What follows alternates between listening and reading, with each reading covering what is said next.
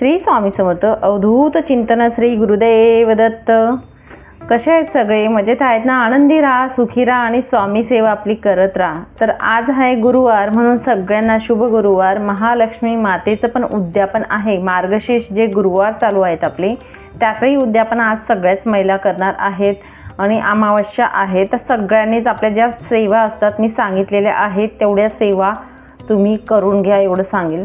तर मला थोडासा अनुभव जो असतो बघा, आपला बखर जी आहे, मी तुम्हाला बोलली होती बखर जी आहे महाराजांची मी अक्कलकोटहून आणलेली होती आणि त्याच्यात खूप सुंदर अशी माहिती आहे महाराजांविषयी। खूप सुंदर सुंदर जे अनुभव बोलले जातात किंवा जुन्या काळी म्हणजे महाराजांच्या काळामध्ये ज्या लोकांना अनुभव येऊन गेले ते सगळे दिलेले आहेत। तर कधी कधी मी गुरुवार असला ना आपला की मला असं वाटलं की आपण एक एक तरी अनुभव बोला किंवा कधीतरी असं तुमच्याबरोबर शेअर करत जाईल। तर मला तोच म्हणजे सांगायचं होतं आज, की आजचा एक विषय होता बखरमध्ये खूप सुंदर असं दिलेलं होतं बघा।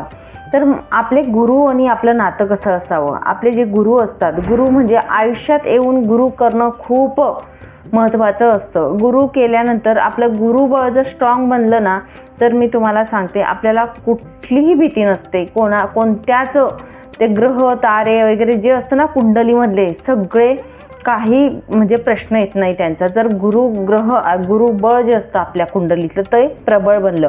पण त्याच्यासाठी आपल्याला आपल्या गुरूंची सेवा करावी लागते। म्हणून आपले गुरु जे कोणी असेल, स्वामी समर्थ महाराज तर आहेत आपले गुरु, समजा जे स्वामी सेवक आहेत त्यांनी गुरु मानलेलं असतं। तर त्या प्रकारे तुम्ही गुरु कुठलाही करा, असं एक मी तुम्हाला म्हणजे सांगेल की कुठलाही आयुष्यात एक गुरु करावा। पण गुरु करायच्या आधी निश्चय करायचा की आपण एकच गुरु करायचा आहे। पूर्ण निष्ठा श्रद्धा ठेवून आपल्याला त्यांच्या शरण जायचे आहे की त्यांची सेवा आपण आयुष्यभर एकाच गुरुची सेवा व्यवस्थित करू। आजकाल कसं होतं बघा, भलते सलते गुरु येतात आणि हा सोडलं की ते नाही, ती सेवा यांची फलित झाली तर मग त्या मार्गी जाऊ किंवा दुसऱ्याची फलित झालं म्हणून त्या मार्गी जाऊ, असं करू नका।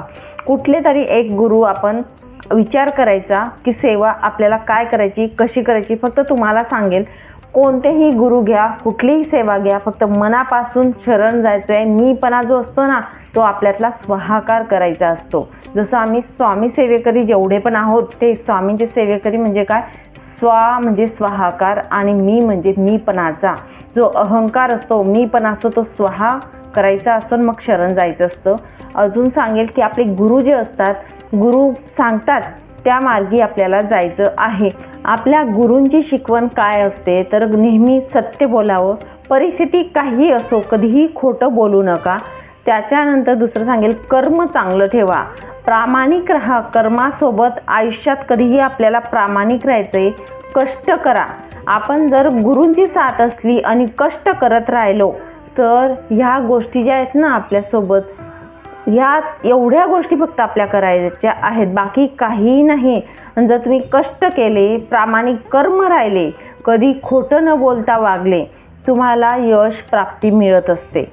म्हणून आपण कर्म करत जायचं, समोरचा व्यक्ती काय वागतोय किंवा काय करतोय ते घेणं देणं नाही, आपलं कर्म ठेवायचं। आपले महाराज आणि आपलं नातं खूप घट्ट बनत जातं कालांतराने।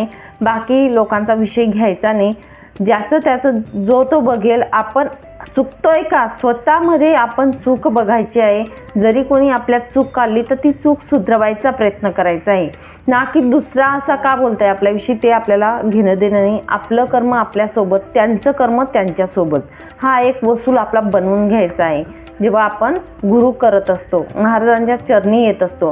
तर मी तुम्हाला आज बखरमध्ये जी कथा आहे एक ती सांगणार आहे। ह्याच्यासाठीच सांगणार आहे की आपलं गुरु आणि आपलं नातं कसं असावं।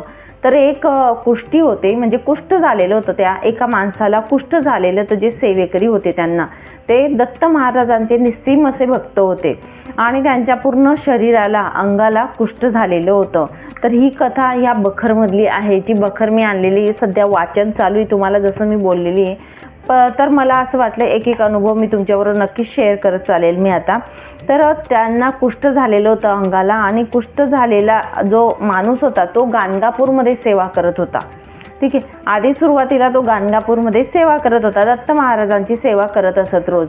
तर पण त्याला काय झालं, एका दिवशी त्याला दृष्टांत झाला, स्वप्न दृष्टांत झाला आणि त्याच्यात महाराजांनी येऊन सांगितलं, दत्त महाराजांनी, की तू अक्कलकोटास जा, अक्कलकोटमध्ये जा.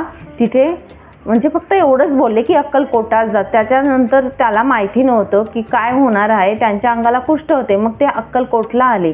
अक्कलकोटला आल्यानंतर तिथे होते आपले स्वामी महाराज, स्वामी समर्थ महाराज जे होते अक्कलकोटचे, त्यांची सेवा करायला लागले आणि सेवा भरपूर दिवस केली. त्यांच्या अंगावर कुष्ठ होते, ते आजाराने त्रस्त होते खूप. त्यांचा जो आजार होता अंगावरचा जात नव्हता, अक्षरशः भोक बोलतात ना, म्हणजे छिद्रे पडलेली होती अंगावर त्यांच्या. आणि नंतर मग तो कंटाळल्यानंतर सेवा करायचा रोज, सगळं त्याचं नित्यनेम चालू होतं महाराजांचं. पण तो कधीच महाराजांना बोलला नाही. पण एक दिवस असा आला की खूप कंटाळला, आजार आला आणि नंतर तो महाराजांना बोलतो की महाराज, आता माझ्याकडनं काही सहन होत नाही आहे हा आजार, तर मला मृत्यू द्या, मला मरण द्या, मला मरायचे म्हणून, असं तो स्वतः बोलला महाराजांना. तेव्हा महाराज हसले आणि हसून बोलले त्याला की अरे वेड्या, असं का बोलतोस. तर महाराजांनी त्याला सांगितलं की मी एक औषध सांगतो, तो तू उपाय करशील का म्हणून, मी तुला औषध सांगतो छोटंसं. तर तो बोलला हां ठीक आहे करेल. बोलतो पूर्ण विश्वास आहे तुझा माझ्यावर. तर बोलतो हां माझा पूर्ण विश्वास आहे. तर म्हणे नाही तर बोलणार नाही ना नंतर, म्हणजे तू मी सांगितल्यानंतर. तर बोलतं नाही महाराज, तुम्ही जे बोलाल ते मी करणार आहे. तर ठीक आहे म्हणे, मग एक औषध सांगतो, तर विष्ठा घे आणि विष्ठा पूर्ण शरीराला लावतो. बोलले ठीक आहे, विष्ठा महाराजांची आज्ञा आहे की विष्ठा सांगितली महाराजांनी, तर ठीक आहे मी विष्ठा आता लावणार, कारण ते औषध म्हणून सांगितलं होतं. नंतर तो विष्ठा म्हणजे औषध शोधण्यासाठी बाहेर पडतो घराच्या, की आता महाराजांची आज्ञा आहे ती मोडायची नाही. महाराजांनी सांगितलेलं आहे ना, एकदा हे मी आता करणारच आहे, नंतर बघू मग जे होईल ते. पण त्याला असं मनात आलं की त्याची विष्ठा शोधण्यापेक्षा लावण्यापेक्षा महाराजांची विष्ठा का नाही लावावी, असं त्याच्या मनात आलं. नंतर मग महाराज काय करतात, एक दिवस उठतात सकाळी 4-5 वाजता, सकाळच्या वेळेस जातात विष्ठा करायला. तेव्हा जातात, महाराजांना माहिती नसतं की हा माझ्या मागे येतोय. आता महाराजांना, त्याला असं वाटलं की महाराजांना माहिती नाही आहे, पण आपले ब्रह्मांड नायक की त्यांना सगळं काही माहिती असतं आपल्या सेवेकऱ्यांचं मनातलं. त्याला वाटलं महाराजांना माहिती नाही, महाराज विष्ठा करून घरी जातात. पण तो महाराजांची विष्ठा चोरून जातो आणि विष्ठा पूर्ण अंगाला लेप लावतो विष्ठेचा, कारण महाराजांची आज्ञा होती. तेवढा त्याचा विश्वास होता महाराजांवरती, कारण महाराजांनी सांगितले तर मी करणारच. ती विष्ठा पूर्ण अंगाला लेप लावून घेतो तो. असे तो 5-7-8 दिवस करतो कंटिन्यू. रोज महाराज जात असतात, 4 वाजता उठून जायचे विष्ठा करायला. महाराज गेले, त्याने बघितलं की महाराजांची विष्ठा घ्यायची, अंगाला लावायचं, थोड्या वेळात धुवून टाकायचं. नंतर या गोष्टी करत गेला. 5-7-8 दिवस केल्यानंतर जे त्याचे अंगाला भोकं पडलेले होते, छिद्रे पडलेले होते, कुष्ठाचे रोग झालेला होता त्याला, कुष्ठाचं, तो बरा व्हायला लागला. तिथे जी चांबडी असते ना काळ्या कलरची, म्हणजे सावळतं बघा जखम, त्या प्रकारे जखम सावळू लागल्या त्याच्या. या प्रकारे त्याला अनुभव आलेला होता त्या काळी. पण त्याचा एक विश्वास होता आणि नंतर त्याला कळालं की हे जी माऊली ही माझी परीक्षा घेत होती. बरा तर असाही झाला असता आणि तसाही झाला असता, पण माऊलीला मला बघायचं होतं, माऊलींना, की मी करू शकतो का ह्या गोष्टी. म्हणजे आपल्याला माऊलींनी जी आज्ञा दिली ती आपण करतो की नाही, ही पण एक त्याची परीक्षा होती तिथे. त्याच्यानंतर तो पूर्णपणे बरा झाला. हे जे औषध लावलं होतं त्याने, त्याच्यानंतर खूप दिव्य असं शरीर त्याला प्राप्त झालं.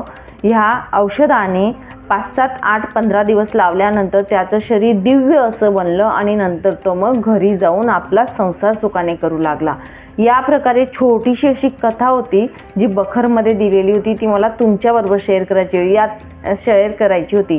तर याच्यातून आपल्याला काय लक्षात येतं की आपली जे आपण गुरु असतो, म्हणजे कुठलेही गुरु असू द्यात किंवा आपले स्वामी समर्थ महाराज असू द्यात, जर आपल्या कुठलंही बघा संसार आहे, प्रपंच आहे, दुःख येणारच आहेत बरोबर, पण कुठलंही संकट आलं ना, तुम्हाला त्या संकटामधून निघायचंच आहे असं तुम्ही ठरवलं आहे ना, बस समजायचं महाराज आपल्या सोबत आहेत. बाकी काय ते येऊ दे, संकटांना बोलायचं नाही, कितीही दुःख येऊ दे, कितीही काय येऊ दे, महाराज आहेत ना, बस एवढा विश्वास तुमच्यात राहू द्यायचा. जे झालं ते महाराजांनी केलं असणार, महाराज परीक्षा घेत आहेत असं मन ठेवून तुम्ही करा. सकारात्मक विचार करा, दृष्टिकोन तसा ठेवा. नक्कीच आपण एका दिवशी पुढे जात असतो आणि महाराजांच्या जवळ असतो ना, आपलं आणि आपल्या गुरूंचं, आपल्या महाराजांचं नातं एवढं घट्ट होतं तर तुम्हाला कळणार सुद्धा नाही. नंतर तुम्ही म्हणजे अशी परिस्थिती एक दिवस निर्माण होते की आपल्याला जर सेवा केली नाही किंवा महाराजांसोबत बोललो नाही तर आपल्याला करमत नाही. कारण माझं स्वतःचं तसं आहे. म्हणजे एक वेळेस तरी मी महाराजांसोबत बोलते, काहीतरी बडबड करते. कोणी वेडं म्हटलं तरी चालेल आणि सेवेकऱ्यांना वेडच म्हटलं जातं. ताण नाही घ्यायचा. वेडं म्हणू दे, काही म्हणू दे, कोणाला घेणं देणं नाही. फक्त आपलं रिलेशन महाराजांसोबत एक घट्ट बनत असतं. जर विश्वासाने आपण हे नातं, खूप विश्वास तयार होतो महाराजांवरती आणि नंतर कुठे निघतो ना पुढे आपण, आपल्याला कळतही नाही. महाराजांच्या मार्गी, त्यांच्या पाठीमागे जात असतो आपण.